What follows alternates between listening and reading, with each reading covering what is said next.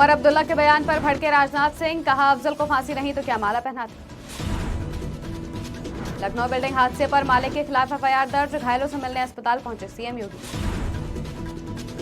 कांग्रेस नेता बजरंग पूनिया का बीजेपी पर हमला, कहा विनेश फोगाट को हराना आसान नहीं।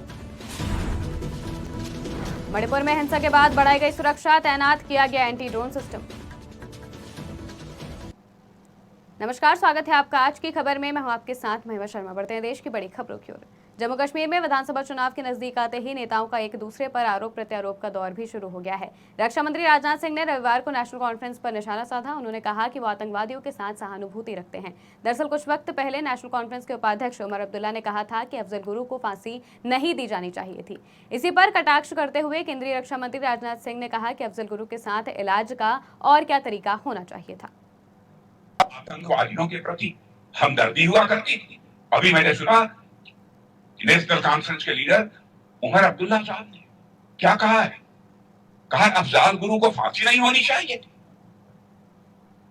मैं पूछना चाहता हूं उमर अब्दुल्ला साहब से कि अफजल गुरु का फांसी नहीं होनी चाहिए थी, क्या उन्हें सार्वजनिक रूप से बाला पहनाया जाना चाहिए, क्या किया जाना चाहिए? इस सवाल का मैं आपसे जवाब दूं।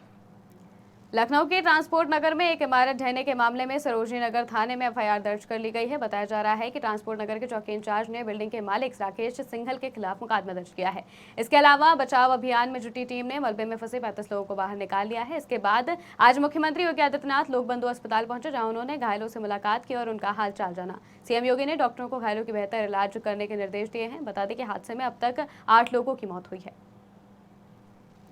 दिल्ली में कांग्रेस नेता और पहलवान बजरंग पूनिया ने भाजपा नेता और हरियाणा के सीएम नायब सिंह सैनी पर तीखा हमला किया है। उन्होंने कहा अगर विनेश फोगाट को हराना इतना आसान है तो नायब सिंह सैनी खुद के लिए सुरक्षित सीट क्यों ढूंढ रहे हैं। अगर उन्हें लगता है कि कोई भी विनेश फोगाट को हरा सकता है तो उन्हें जुलाना से चुनाव लड़ना चाहिए। हम उनका जुलाना से चुनाव लड़ने के लिए स्वागत करते हैं। वो राज्य के मुख्यमंत्री हैं और कुछ भी कर सकते हैं। मणिपुर में हिंसा की नई घटनाओं के कई लोगों की मौत के बाद राज्य में सुरक्षा व्यवस्था बढ़ा दी गई है। अधिकारियों ने स्थिति के तनावपूर्ण होने की बात कही है। हालांकि ये दावा भी किया गया है कि राज्य की स्थिति फिलहाल नियंत्रण में है। एक अधिकारी ने कहा कि रविवार को अभी तक हिंसा की कोई नई घटना दर्ज नहीं की गई। विभिन्न जिलों के पुलिस अधिकारी सुरक्षा बलों के साथ मिलकर स्थिति पर लगातार नजर रखे हुए हैं। वहीं असम राइफल्स ने किसी भी ड्रोन हमले से निपटने के लिए इम्फाल घाटी के दूरस्थ इलाकों में एंटी ड्रोन सिस्टम तैनात किया है। बताया गया है कि सीआरपीएफ ने राज्य पुलिस को एक एंटी ड्रोन सिस्टम सौंपा है। मणिपुर में जारी जातीय संघर्ष के बीच हमलों के लिए ड्रोन का भी इस्तेमाल होने लगा था। कंगना रनौत की फिल्म इमरजेंसी देश भर के सिनेमाघरों में शुक्रवार 6 सितंबर को रिलीज होने वाली थी, लेकिन सीबीएफसी की तरफ से इसे मंजूरी नहीं मिली थी। अब खबर सामने आ रही है कि सेंसर बोर्ड ने फिल्म को रिलीज करने का सर्टिफिकेट दे दिया है, लेकिन निर्माताओं को कुछ शर्तों का पालन करना होगा। बताया जा रहा है कि सेंसर बोर्ड ने इमरजेंसी के फिल्म मेकर से कुछ सीन्स काटने को कहे हैं। साथ ही डिस्क्लेमर देने की बात भी कही है। सूत्रों ने बताया कि फिल्म में जो भी हिस्टोरिकल इवेंट्स दिखाए गए हैं उन सब में अब डिस्क्लेमर लगाया जाएगा। सेंसर बोर्ड ने फिल्म को यूए सर्टिफिकेट भी दिया है।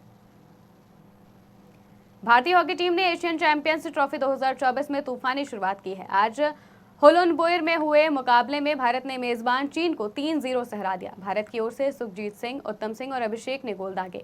भारत को गोल करने के और भी मौके मिले, लेकिन वो उसे भुना नहीं पाया। बता दें कि इस टूर्नामेंट में भारत समेत कुल 6 टीमें भाग ले रही हैं। ग्रुप स्टेज में सभी टीमों ने 5-5 मैच खेलेगी। भारत अपने दूसरे मैच में 9 सितंबर को जापान से भिड़ेगा। इसके बाद उसका सामना 11 सितंबर को पिछले साल के उप विजेता मलेशिया, 12 सितंबर को कोरिया और 14 सितंबर को चिर प्रतिद्वंदी पाकिस्तान से होगा।